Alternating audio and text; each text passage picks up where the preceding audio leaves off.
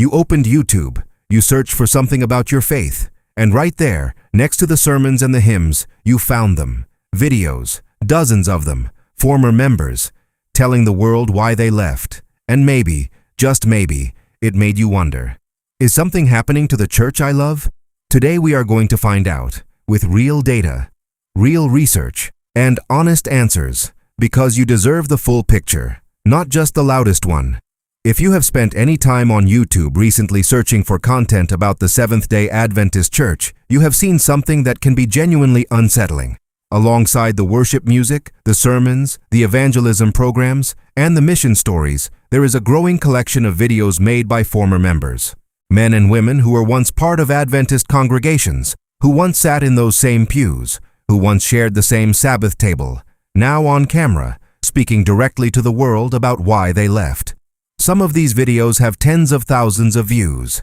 Some have hundreds of thousands. And if you are a faithful Adventist who loves this church, watching them can raise a question that is difficult to shake. What is really going on? Is this a sign of a church in crisis? Is this a warning that something has gone deeply wrong? Or is there a fuller, more complete explanation?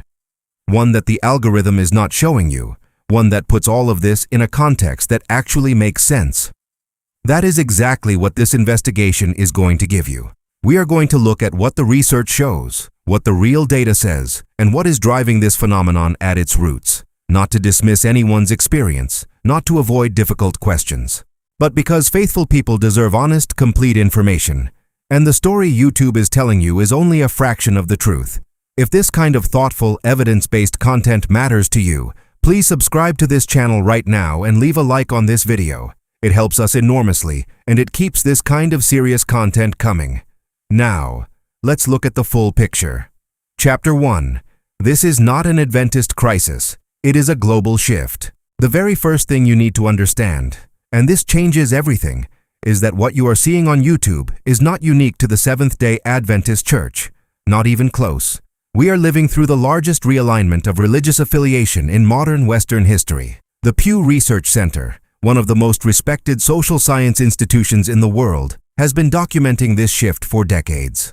In the United States, 28% of adults have left the religion in which they were raised.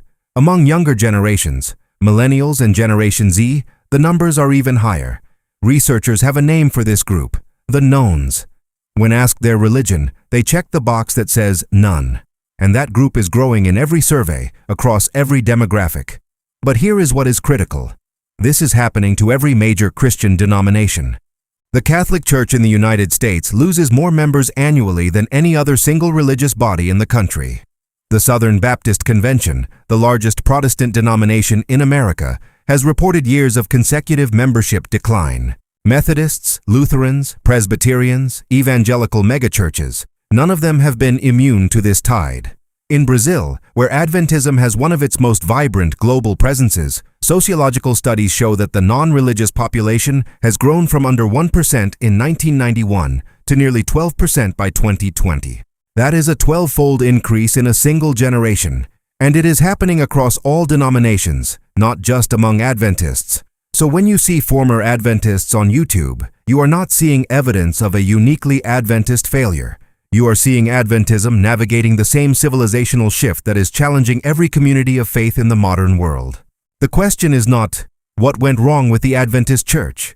The question is, how does a community of faith hold fast to its convictions in an age that has made leaving easier and staying quieter than ever before in history? Understanding that context will not make the videos disappear, but it should, and it does, completely change how you interpret what you are seeing. Chapter 2.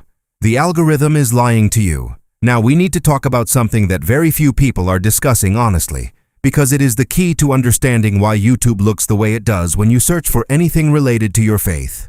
YouTube does not show you a representative picture of reality. It shows you what generates engagement. And engagement, in the language of technology companies, means emotional reaction. Videos that provoke strong feelings, excitement, anger, sadness, shock, get pushed to more people. Videos that feel calm and settled, content and faithful, quietly get buried. Think about what this means in practice. There are more than 22 million Seventh-day Adventists around the world. The vast, overwhelming majority of them are living ordinary, faithful lives. They are going to church on Sabbath. They are raising their families. They are working in Adventist hospitals and schools and community centers. They are praying, studying, and finding genuine meaning and hope in their faith every single day. Almost none of that appears on YouTube, not because it does not exist, but because quiet faithfulness does not generate clicks. A video of a grandmother who has been a faithful Adventist for 60 years and says her faith is the greatest treasure of her life is not going to go viral. A video of someone emotionally describing why they left is going to travel very, very fast. This is not a conspiracy. It is simply the mathematics of how attention works online. The algorithm rewards emotional intensity, and departure stories generate more emotional intensity than contentment stories. The result is a YouTube feed that makes it look like everyone is leaving, when in reality, what you are seeing is a small, highly amplified minority, and the vast, faithful majority is simply invisible to the algorithm. This is crucial to hold on to. The next time you open YouTube and feel that creeping anxiety, the sense that something must be catastrophically wrong, remember that you are looking at a screen that was specifically designed to show you the most emotionally provocative content available. It was not designed to show you the truth. Chapter 3. What the Church's own research reveals. Now let us go deeper into the actual research, because the Seventh-day Adventist Church has invested seriously in understanding why some people drift away, and what that research shows is important and genuinely instructive. The Institute of Church Ministry at Andrews University, the Church's flagship university in North America, has conducted multiple long-term studies on membership and why people disengage. And the findings consistently point to something that has nothing to do with theology and everything to do with human connection. The number one reason people disengage from the Adventist Church is not doctrinal, it is relational. People drift away most often because they felt disconnected from their congregation, not because they stopped believing in the Sabbath or in the spirit of prophecy, but because they felt unseen. They went through a difficult season of life, a loss, a divorce, an illness, a personal crisis, and found that the community around them did not show up the way they had hoped. Or they moved to a new city, lost the social fabric that had supported their faith practice, and without that support, the habits of faith slowly faded. The second major factor is what researchers call life transition drift. Young adults in particular tend to disengage during major life transitions, leaving for college, starting a career, moving somewhere new. The structural supports that naturally reinforced their faith are no longer present. Without them, practice can fade gradually, not through a dramatic rejection of belief, but through a slow loosening of ties that were never rebuilt in the new environment. This is actually encouraging information, because it tells us that the solution is not theological argument, it is community, it is relationship, it is the kind of congregation where someone notices when you disappear for a few Sabbaths and calls you not to ask where you were, but to ask if you are okay. The church that builds that kind of genuine, caring community is the church that keeps its members, not because it argues them into staying, but because it gives them a reason to belong. The research also shows something else that is rarely discussed in these online conversations. Many people who leave eventually return.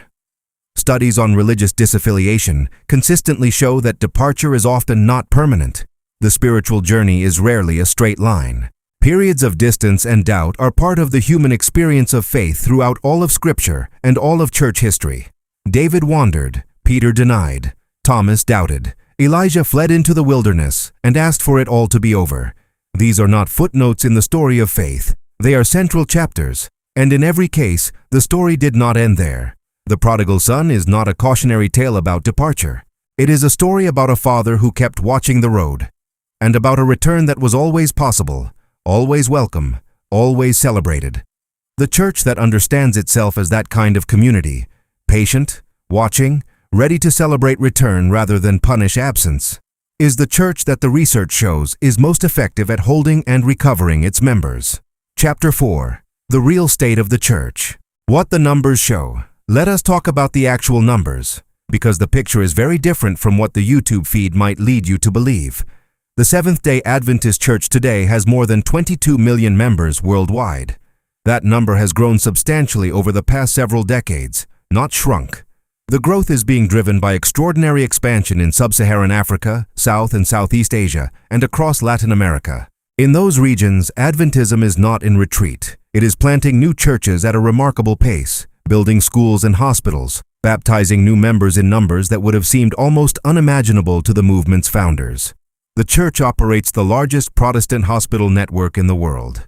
It runs one of the largest Protestant educational systems on earth, more than 8,000 schools, colleges, and universities across more than 100 countries. It has a humanitarian arm, the Adventist Development and Relief Agency, operating in dozens of countries around the world. This is not the footprint of a movement in collapse. This is the footprint of a movement that is, by almost any measurable standard, one of the most globally active communities of faith on the planet. Now, it is also true, and honesty requires saying this, that in North America and Western Europe, the patterns are more challenging. These are the regions most deeply affected by the broader cultural secularization we discussed earlier. In some North American conferences, growth has slowed. Among young adults in these regions, active participation is lower than church leaders would like it to be. These are real challenges, and the church is actively engaging with them. But the North American experience is not the global experience. And the YouTube feed, which is dominated by English-language content from North America and Western Europe, creates the illusion that the North American pattern is the universal pattern. It is not. For the majority of the world's Adventists, the story is one of growth, vitality, and expanding mission. The church's leadership knows where the challenges are. The 2019 North American Division research on young adult retention was honest and serious, and it called for genuine renewal of community and pastoral care, not panic, not defensiveness, but renewed commitment to the thing that has always held communities of faith together: genuine love for the people in the pew. Chapter 5. Why people make these videos, and what it means to understand the Ex-Adventist YouTube phenomenon fully and fairly. We need to understand something about the psychology of what these videos actually are, and why they resonate with so many people online. For many people raised in the Adventist Church, the church is not simply an institution they attended on Saturdays. It is the community around which their entire social world was organized. Their friendships, their family rhythms, their schooling, their sense of identity, all of it was deeply woven through with Adventist community and Adventist faith. When someone leaves a community constructed that completely, the transition is not simply a change of religious opinion. It is a major identity reconstruction. And that process is genuinely difficult. For many former members, making a YouTube video is a way of processing that transition publicly, of narrating their own story, finding others who understand, rebuilding a sense of community and belonging outside the structure they left. The comment sections beneath those videos, full of people saying, "This is my story too," are providing something that those individuals are genuinely searching for: connection. This matters because it tells us something important about what the Adventist Church offers that nothing else can fully replace. The hunger for belonging that drives those comment sections is not evidence that the church was wrong. It is evidence of how deeply the church was right about something fundamental, that human beings need community, real, knowing, present, caring community. The church that takes that seriously, that builds genuine belonging, not just programs, has something to offer that YouTube cannot. It is also worth saying clearly, most people who make these videos are not malicious. They are not organized. They are not part of a coordinated campaign against the church. They are individual people processing something real and difficult in the most public forum available to them. Many of them still carry deep affection for the faith they grew up in, even as they have stepped away from it. And some of them, quietly and without fanfare, eventually find their way back, a reality that almost never produces a YouTube video, because return and reconciliation do not generate the same emotional engagement as departure. The best response from people of faith is not hostility, not online arguments, not defensiveness.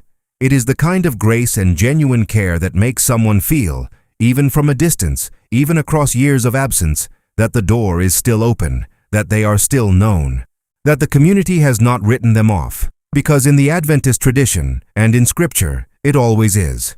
The story of faith is full of people who wandered and returned. Departure is not the final chapter, and the community that holds that truth with patience and love is the community that makes return possible.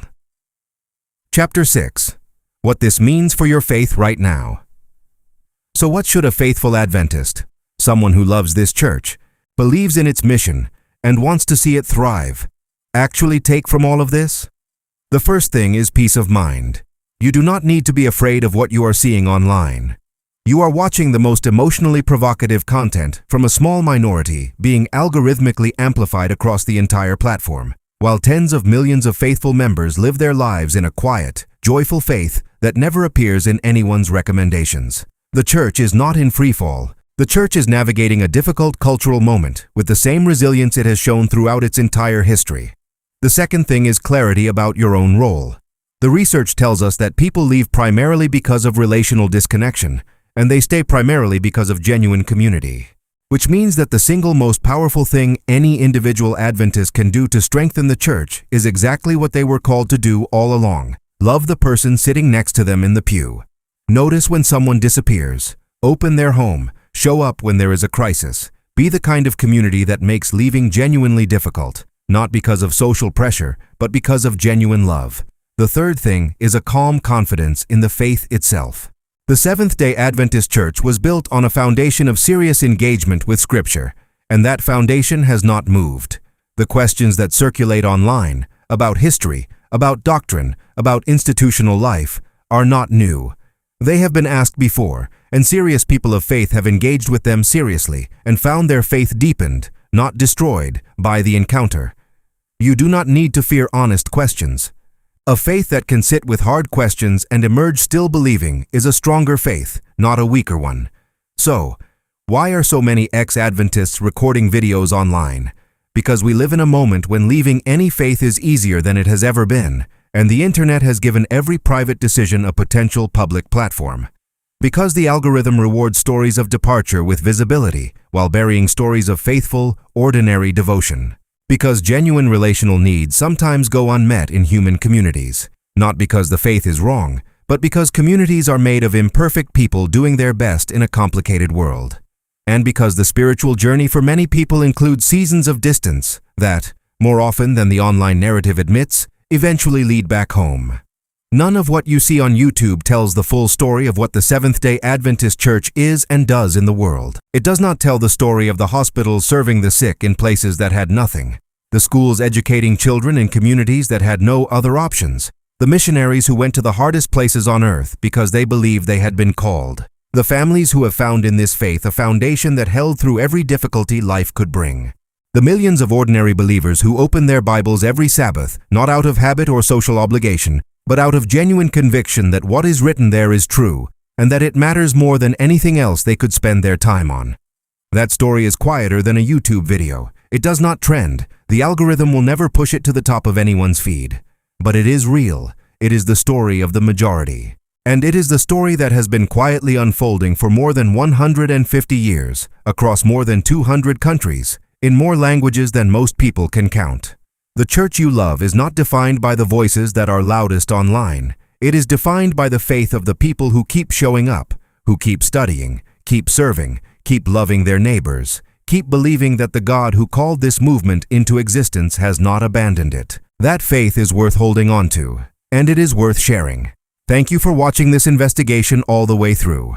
If something here gave you clarity, or peace, or simply something worth thinking about, please leave a comment. This conversation matters, and your perspective is part of it. Subscribe to the channel so you do not miss the next documentary, and share this video with someone in your congregation who needs to see the full picture. We will see you in the next one.